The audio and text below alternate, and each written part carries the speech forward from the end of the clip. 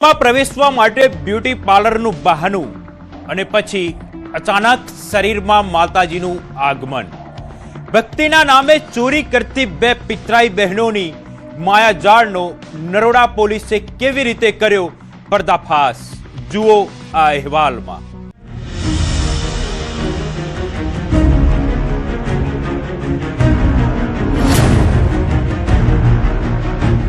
ક્રાઇમની દુનિયામાં ક્યારેક ચહેરા નિર્દોષ હોય છે, પણ ઈરાદા અત્યંત ખતરનાક। નરોડા પોલીસની કસ્ટડીમાં ઉભેલી આ બે મહિલાઓ પર નજર કરી લો। દેખાવમાં સામાન્ય લાગતી આ પિતરાઈ બહેનો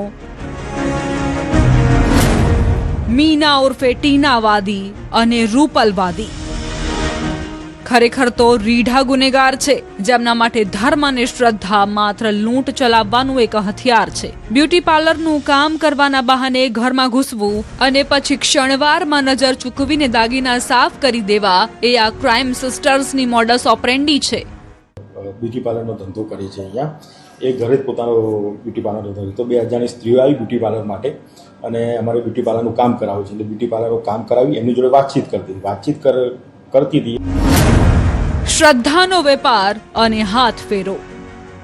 નરોડાના એક ઘરમાં બ્યુટી પાર્લરના બહાને આ બંને બહેનોએ એન્ટ્રી તો કરી, પણ તેમનો અસલી ટાર્ગેટ કંઈક બીજો જ હતો। મીઠું મીઠું બોલીને ભાનુબહેનને વાતોમાં વળગાડ્યા અને માત્ર 15 મિનિટમાં ખેલ પાડી દીધો।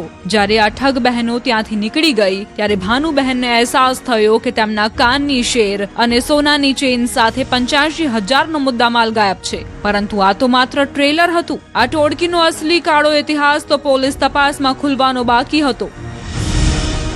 10-15 મિનિટ ત્યાં એમના જોડે વાતચીત કરી બે બહેનોએ, પછી ત્યાંથી નીકળી ગઈ। ત્યારબાદ પેલા ભાનુબેને જોયું તો પોતાના કામની શેરો, એક ચેન અને રોકડ રૂપિયા, એ બધા કુલ મળી 85,000નો મુદ્દામાલ એના ઘરેથી જતો રહ્યો હતો। અમારી સર્વેલન્સના ટીમના પિયુષભાઈ એ પોતે એ સર્વેલન્સ ટીમમાં છે, જેમને એ સીસીટીવી કેમેરા જોયા અને આ મહિલા આરોપીને આઈડેન્ટિફાઈ કર્યા। એ મૂળ આરોપી મહિલાઓ એ બૈયલ ગામની રહેવાસી છે। ધૂણતી ધૂતારી, 10 શહેર અને 1 ગુના।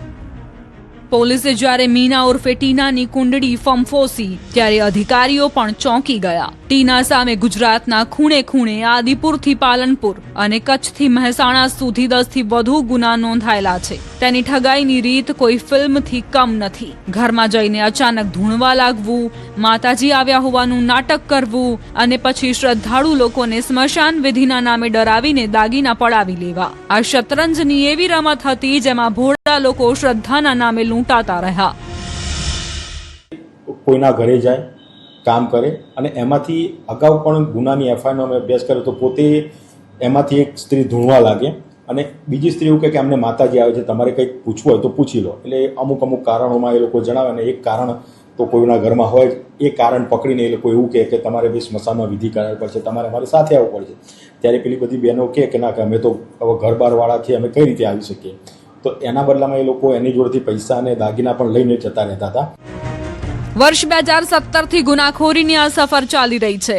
આ બહેનો ચોરીનો માલ ધીરેન સોની નામના એક વેપારીને પધરાવતી। પોલીસે હાલમાં બંને મહિલાઓ અને સોનીની ધરપકડ કરી કુલ 1.77 લાખનો મુદ્દામાલ જપ્ત કર્યો છે। પણ સવાલ એ છે કે આ જાળ ક્યાં સુધી ફેલાયેલી છે? શું હજુ પણ અન્ય કોઈ આ ટોળકીનો શિકાર બન્યું છે? સીસીટીવીના ફૂટેજ અને નરોડા પોલીસની સતર્કતાએ આ ઠગ ટોળકીના પાપનો ઘડો ફોડી નાખ્યો છે। ભક્તિના નામે ભય ફેલાવતી આ બહેનો અત્યારે જેલના સળિયા પાછળ છે, પરંતુ સમાજ માટે આ એક લાલબત્તી સમાન કિસ્સો છે કે અજાણ્યા લોકો પર આંધળો વિશ્વાસ ક્યારેક કેટલો ભારે પડી શકે છે। અમદાવાદથી ઋત્વિજ સોની, ન્યૂઝ 18 ગુજરાત।